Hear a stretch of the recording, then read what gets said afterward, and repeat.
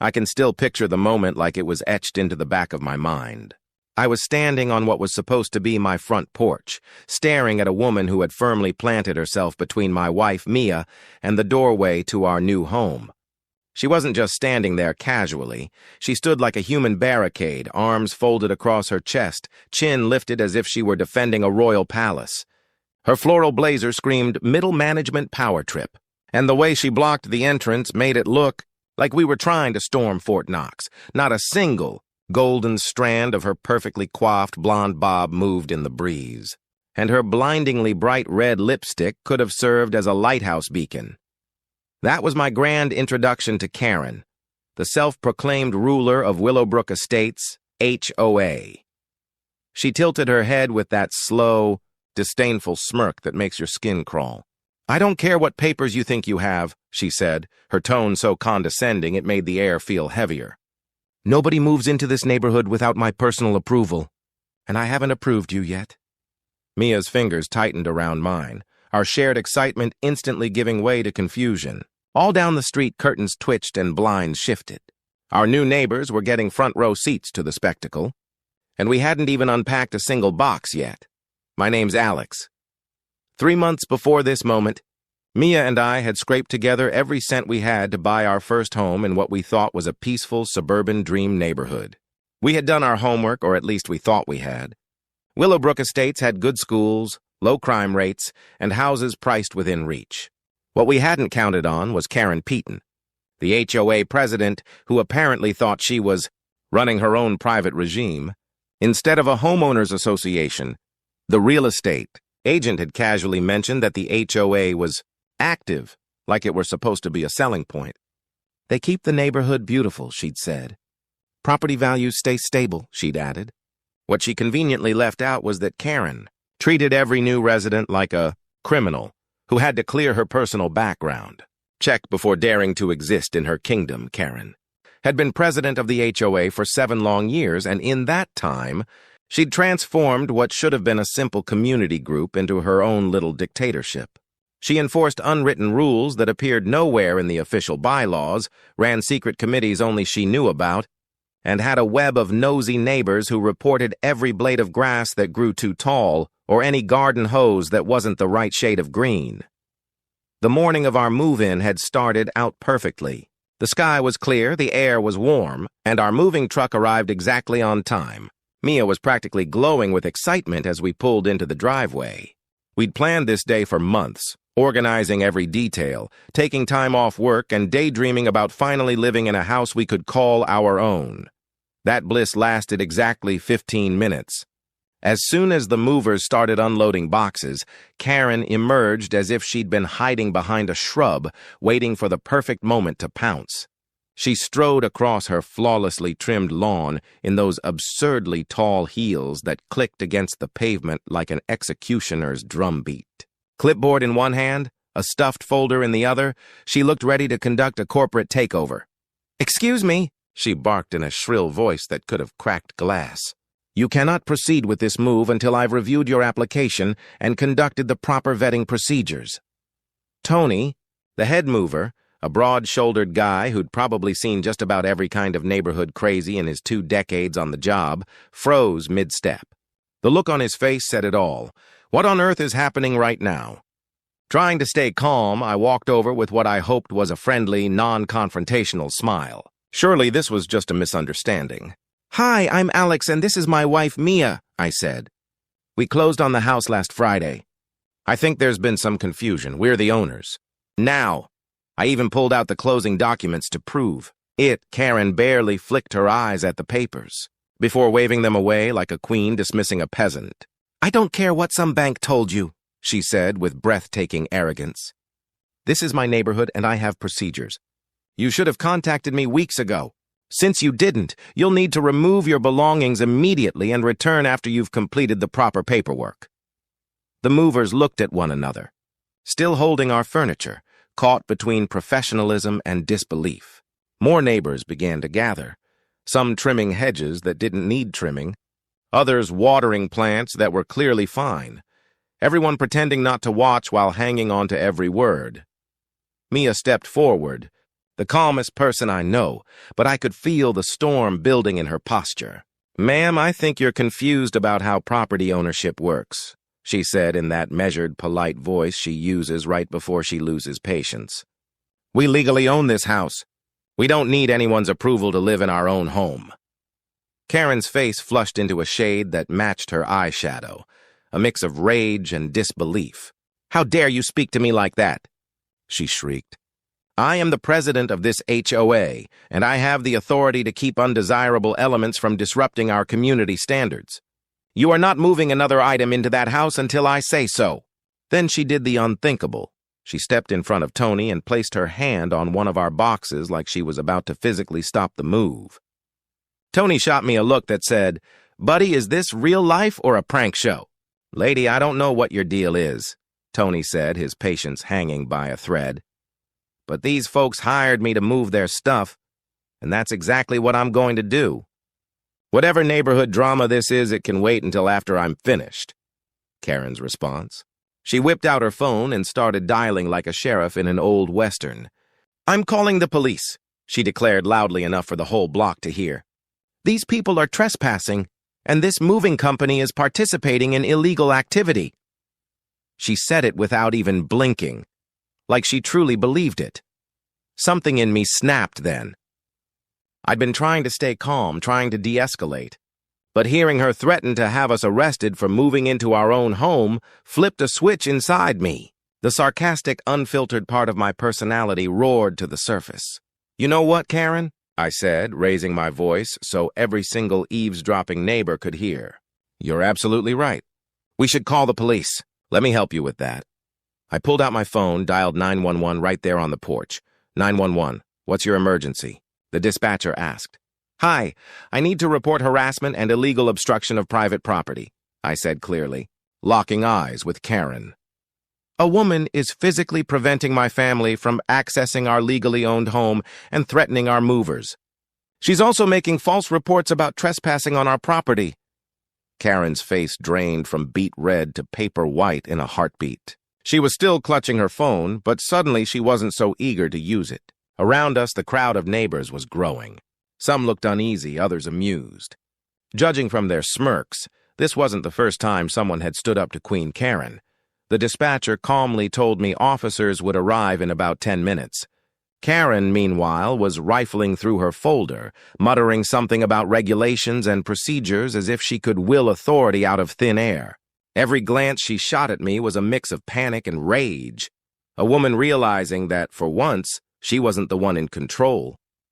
"You have no idea who you're messing with," Karen hissed, her voice shaking between anger and desperation as she straightened her blazer like it was armor. "I have connections in this town. I know people. You'll regret this." It was almost comical, like watching a cartoon villain deliver a dramatic monologue, except somehow less convincing. She was clinging to a fantasy of power that was slipping through her fingers. When the police cruiser rolled up to the curb, Karen's entire demeanor flipped like a switch. She rushed toward the officers with the enthusiasm of someone greeting their personal cavalry. "Officers! Thank goodness you're here," she said in a syrupy, innocent tone that was a complete 180 from the screeching banshee we'd been dealing with. "These people are trying to move into a house without proper authorization. They're violating multiple HOA regulations and refusing to follow established procedures." 2 officers stepped out, one young, fresh-faced, probably new to the job, and the other a seasoned woman with the kind of calm expression that only comes from years of dealing with nonsense. "Good afternoon, folks," the older officer said with professional warmth. "I'm Officer Martinez, and this is Officer Johnson. We got a call about some kind of property dispute. Can you tell us what's going on here?" I handed her everything, our closing documents, the deed, our IDs, and homeowners' insurance papers. "We bought this house, closed last Friday. Today's our move-in day.